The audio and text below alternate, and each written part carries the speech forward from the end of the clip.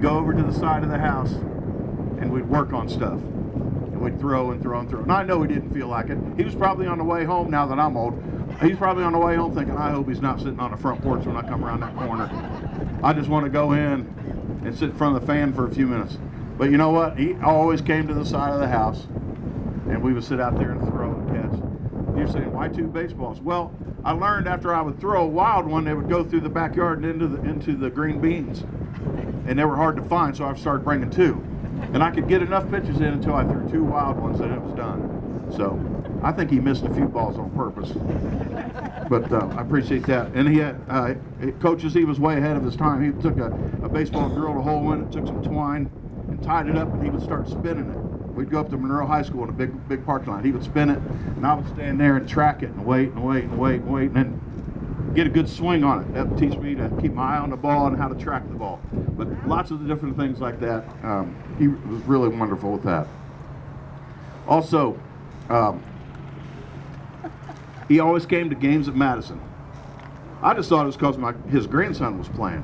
But after Robbie graduated and went away, and we had this dugout, and almost every game, right inside that batting cage, on the corner, there'd be a little cooler and a fold-out chair, and my dad was always sitting there. Usually he was here before we got here. Yeah, we'd go over to Preble Shawnee, and the bus would pull in, there was my dad sitting down by the dugout. We'd go to, wherever, and he was always there. He would go to Carlisle games. He was very supportive, even when nobody was playing. Just come watch me coach. He said he loved to watch Madison play. Our kids were tough. Be tough today, guys. I'd like to thank all the volunteers over the years that have helped me out here. This field was not as nice as it is now back in the day. Am I right, guys? It was a little rough. The fencing didn't exist. None of it. Not in front of the dugout. Our dugout was, or our backstop was like that little one down there for the Little League. It was pretty rough out here. We had a lay down fence, snow fence that we had to take up and put down every year, and that was no fun.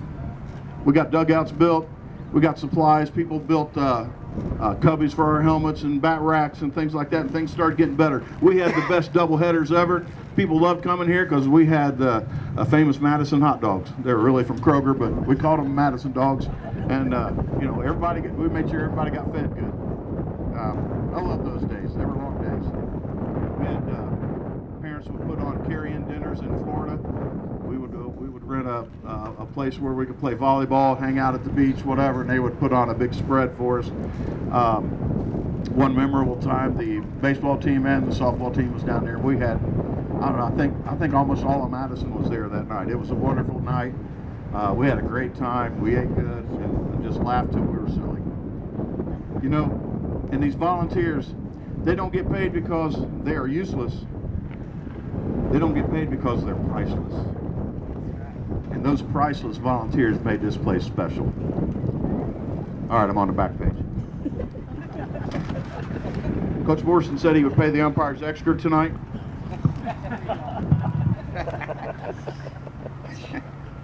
Or we could take up a collection, I don't know. It's not always easy being a head coach. Some people would be after me. Some people would be after my family a little bit. My wife came to one of my first games. She's sitting up there in the stands. We had bad stands. They weren't nice like this. And she's up there. And after the game, she came down and said, "Who are the Lawsons?" I said, "Well, they're over there. Why?" She says, "Well, evidently we go out to eat with them a lot. That's the only reason their son gets to play. And by the way, you're costing their son a college scholarship by playing him in the wrong position." And so she didn't sit up there very often anymore. But, that's part of it. That's part of the game. You can never blame a parent for loving their kid, right? They see things through different glasses than we do. And that's okay. You take it that way. Parents, continue to love your kids. My wife was the best when we would get beat. I'd come home and she'd say, "How'd it go?" "Oh, we got killed. We played terrible. We didn't." She'd go, "Okay, where are we going to eat?" She got over in about 10 seconds. Maybe not even that long. So, she's the best. 23 years as a head coach, and I will miss the competition. I will miss it. But now I get to take care of the toughest competitor, the toughest competition, and I get to stand behind the toughest competitor I know, and that's my wife. My wife of 42 years, Terry Evick. Yay. You know, over the last 19 months, she got sick on October the 8th, 2021. She was substitute teaching, and she's a great substitute. And I got a phone call, she wasn't feeling good, and by the time I went to pick her up, she was at the hospital. Her pancreas was out of control, there was stuff going on. So for the past 19 months, she has spent over 400 days in the hospital. I'm blessed that she's here today. She's had multiple surgeries. She's been near death many times. They've had us in the family conference room a few times, telling us it probably wasn't going to end well, wanting to know how long we wanted to keep machines on and what we were going to do when she's gone. Well, my wife's tougher than that. She's fooled them. She keeps coming back. She always fights back. She meets the challenge. This summer she will face another major surgery. And I know our baseball and our community family will be in our cheering section as she faces a very difficult opponent. Absolutely.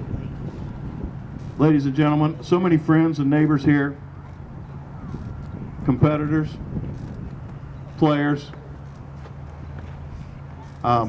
just wonderful. I love stories, and I'm about ready to finish. But I remember one time I was standing out there on third base, and I had this little skinny guy who was on third base, Tony Huff, and they were having the league track meet out there.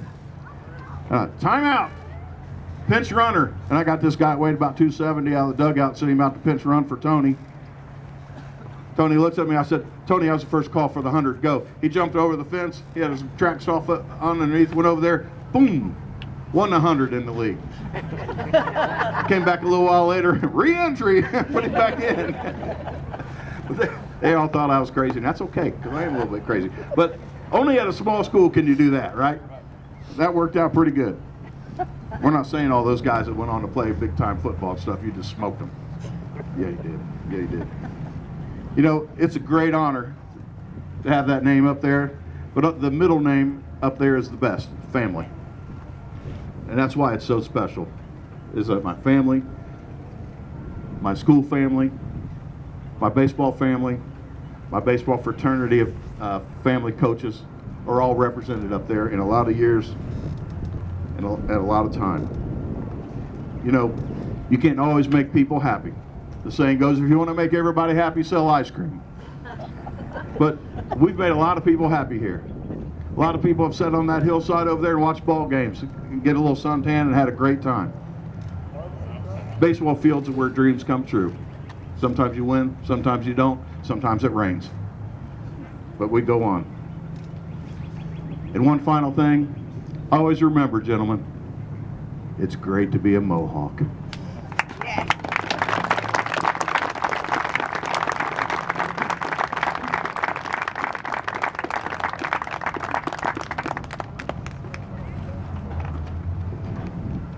Please give it up one last time for Coach Bob Evick.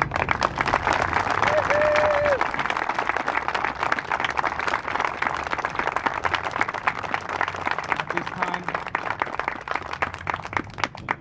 you guys move this. I need Hoss, Carter, and Webby. Come here.